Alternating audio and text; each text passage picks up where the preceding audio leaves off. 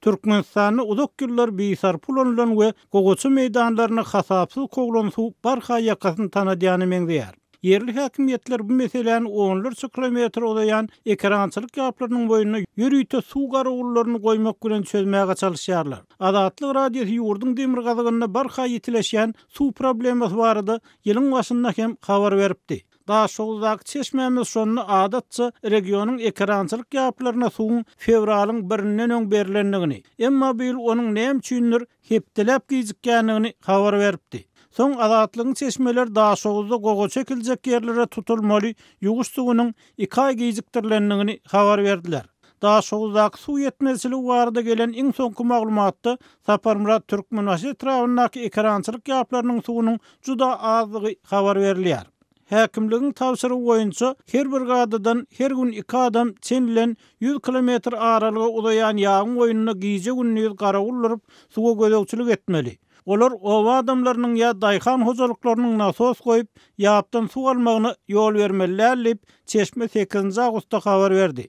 Onun sözlerine göre ýöneköy raýatlaryň mellek yerlerine suw bermeklik dilden berilen görkezme esasyna gadagan edilipdir. Bundan başga Çeşme Saparmurat Türkmenbaşy etrawyna şale kilýän 7 töwere ulu hojalykda kärenneçileriň bir toparynyň kärenne yerleriniň elinden alınıp ol yerlere ýokarda gollagy bar adamlaryň şale ekenliklerini habar berýär. Onun sözlerine göre şu ýagdaýlar bilen baglykda 3 sany ulu hojalygyň şagalsy suwsuzlukdan uğrady we inni galan şale kilinlerini halas etmek üçin halky gysýarlar. Şu sebäpden ýaplarda suw ýok diýip Çeşme adatlyk radiosyna aýtdy. Şol wagtda häzir welaýatyň Aktepe etrafynda gogoçy meýdanlarynyň aglaby bölegine birinji suwun hem tutulup bilinmeýänligi habar berilýär. Adatlygyň yerli habarçysy bilen anonim şertde gurulýan yerli resmi bu ýagdaýy suwun bolmaly mukdaryndan gaty az bolmagy bilen düşündirdi. Waz kanalyny suwaz.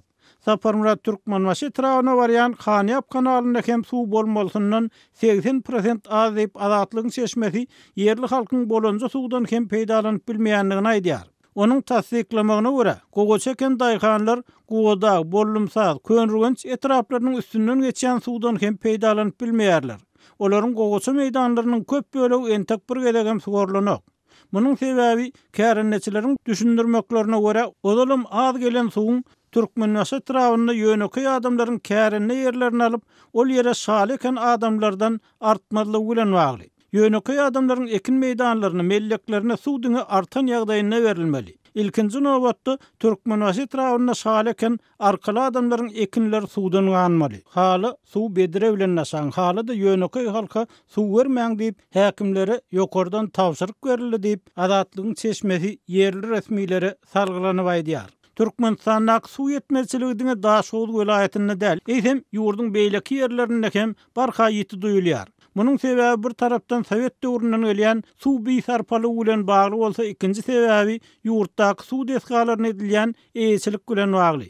Adatlyk radiosy bilen gurulýan yerli synçylaryň köpüsiniň tasdiklamagyna görä, soňky ýyllarda Garawum kanalyny aratsalamak işler juda gowşadyrly we barha kän Gyrmança basýan uly desga soňky 10 ýylda suw ýitirmek, yerleri şorlatmak meselesinde oýnaýan roluny has uloldana meňzeýär. Emma muňa garamazdan Türkmenistanyň Ministrler Kabinetiniň 7 awgustda geçirilen mejlisinde ekrançylyk meýdanlaryndaky suw yetmezçiligi barada bir söz hem aýdylmady. Şu aralykda daha şoğuzda 1 kilogram tügüýüniň bahasy 20 manada çykdy. Ýokary hilli lazer sortundaky tügüýüniň bolsa 1 kilogramy 34 manatdan satylýar diýip yerli çeşmeler habar berýär.